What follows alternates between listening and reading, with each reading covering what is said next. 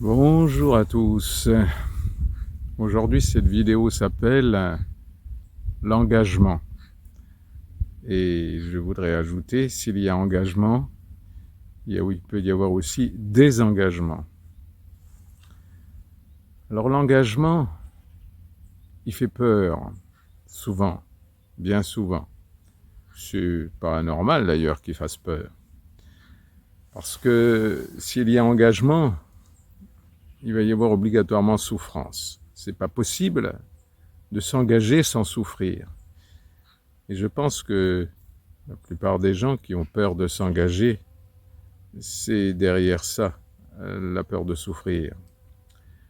Donc la vie est faite d'épreuves et de souffrances qui servent à comprendre, des souffrances qui servent à grandir, des souffrances qui servent à évoluer.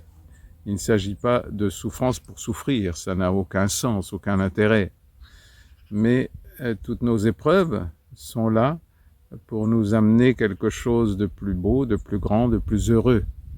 Donc ce n'est pas en reculant, en marchant à l'envers, qu'on va pouvoir y arriver. Donc l'engagement est nécessaire. L'engagement est même indispensable.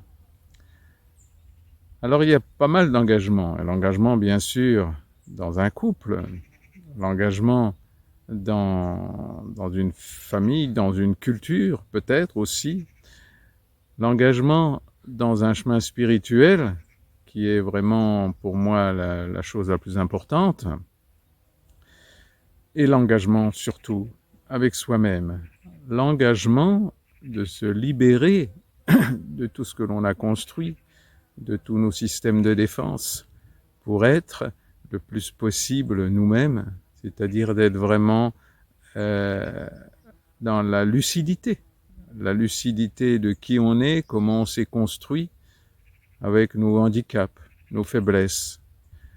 Plus j'avance dans mon chemin et plus ce que je vois de moi-même n'est pas très brillant, mais en même temps je l'aime parce que c'est moi, parce que c'est mon destin, parce que c'est mon chemin de vie. J'ai pas besoin de le juger, ça n'a pas d'intérêt, ça n'a aucun sens. Le jugement n'a aucun sens. Le jugement de soi-même n'a aucun sens, mais le jugement des autres n'a aucun sens non plus. Donc s'engager, ce n'est pas pour avoir une vie facile, c'est pour avoir une vie heureuse. Donc cette vie, elle doit se construire par rapport à des engagements. Engagement à vouloir être heureux. Engagement à vouloir construire quelque chose avec soi-même et avec quelqu'un d'autre. Pourquoi pas? Chacun son destin, chacun son karma, chacun sa mission de vie, son âme.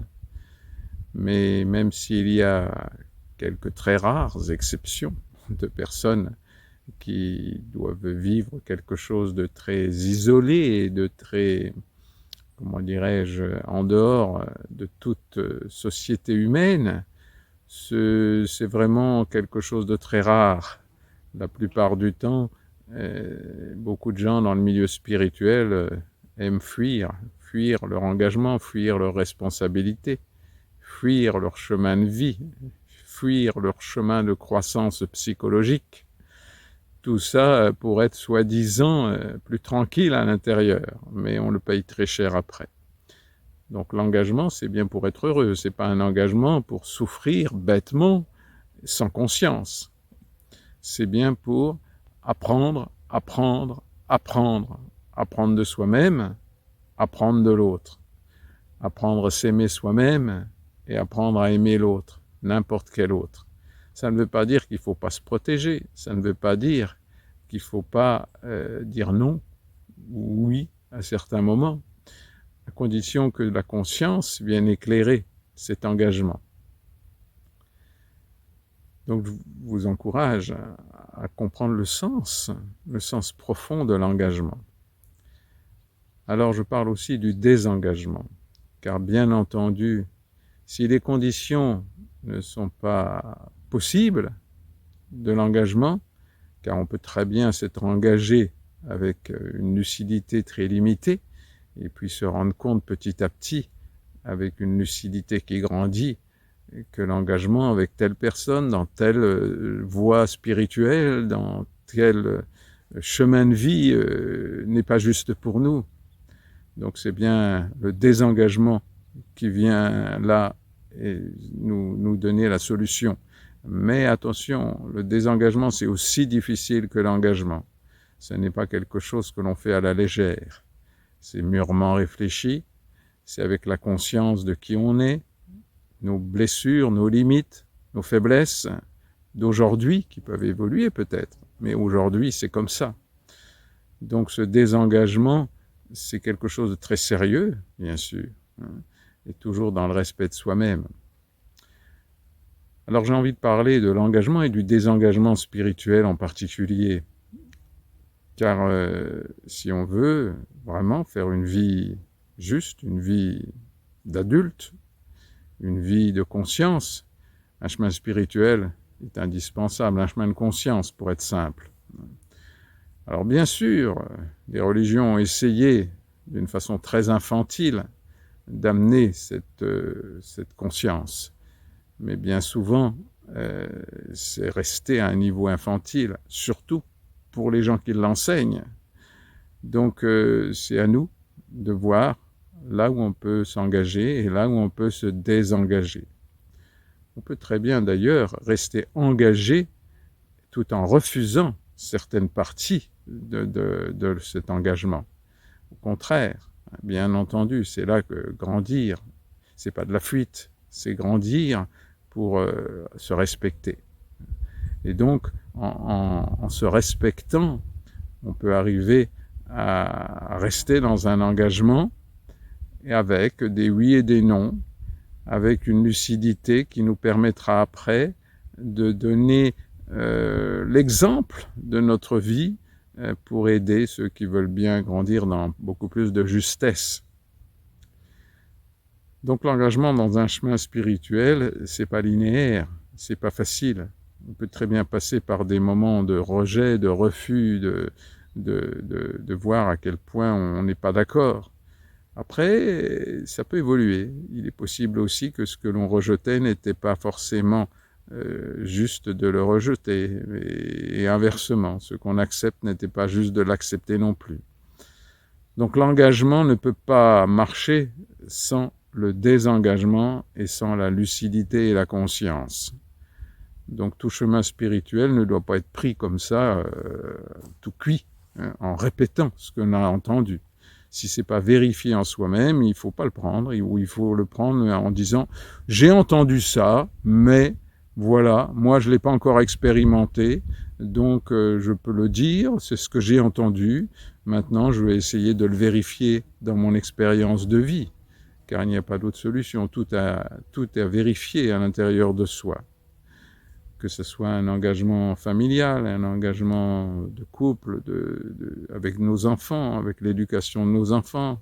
Un enfant aussi peut très bien, à un moment donné, nous montrer que c'est impossible de continuer cet engagement avec cet enfant. Parce qu'il a un karma à vivre, un ego à vivre qui nous échappe. C'est pas grave. Ça n'empêche pas l'amour. On peut très bien se désengager et rester dans l'amour, absolument. Un désengagement sans amour n'est pas un vrai désengagement. Donc l'engagement, c'est toujours l'amour, l'amour de soi. Le vrai engagement, le plus pur engagement, c'est avec soi-même. Et je vous assure que c'est pas si simple de se comprendre, de se connaître, d'en accepter toutes nos limites et de les aimer, d'aimer notre corps aussi, d'aimer notre corps tel qu'il est, de bien le regarder partout, voir exactement comment il est fait, comment il est construit, et de l'aimer parce que c'est le nôtre, pas parce qu'il est formidable, pas parce qu'il est magnifique, pas parce qu'il est beau, mais juste parce que c'est le nôtre. On n'a pas de raison de ne pas aimer le nôtre. Et c'est pareil si on vit avec quelqu'un, d'aimer le corps de l'autre. Je n'ai jamais autant été dans l'amour, comment dirais-je, j'aime pas le mot admiration, mais peut-être oui, l'admiration, la délectation, j'aime beaucoup ce mot, la délectation du corps, de mon corps et du corps de l'autre. J'adore voir les corps, même déformés, même tout ça, du moment que le corps est vraiment vivant, si vous voulez, hein, qui correspond à quelqu'un qui est dedans et qui le vit vraiment dans son corps. Voilà. Ben écoutez, j'espère avec cette vidéo de l'engagement et du possible désengagement, toujours dans la lucidité et la conscience, qui mène obligatoirement à l'amour. Je me souviens d'une phrase que je me disais régulièrement, je n'aime pas ne pas t'aimer. Hein. Car en effet, c'est très douloureux quand on est avec quelqu'un et qu'à un moment donné, on se rend compte qu'on ne l'aime plus ou qu'on ne l'aime moins. Donc c'est plutôt de se poser la question, qu'est-ce qui se passe? Qu'est-ce qui se passe en nous? Pourquoi cet amour s'en va, diminue? Qu'est-ce qu'on a projeté sur l'autre? Quelle illusion on a besoin de perdre pour que l'amour revienne avec toute sa force, pour que l'amour de soi et l'amour de l'autre soit notre propre bonheur pour exister.